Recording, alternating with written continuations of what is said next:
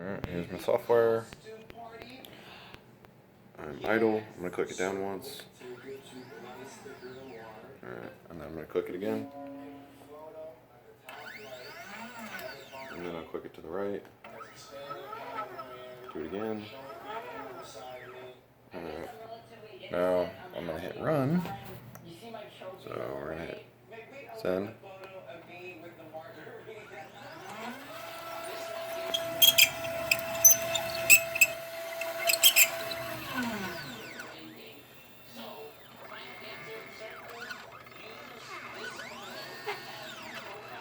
So it should be spinning and engraving into it, but it's not spinning at all.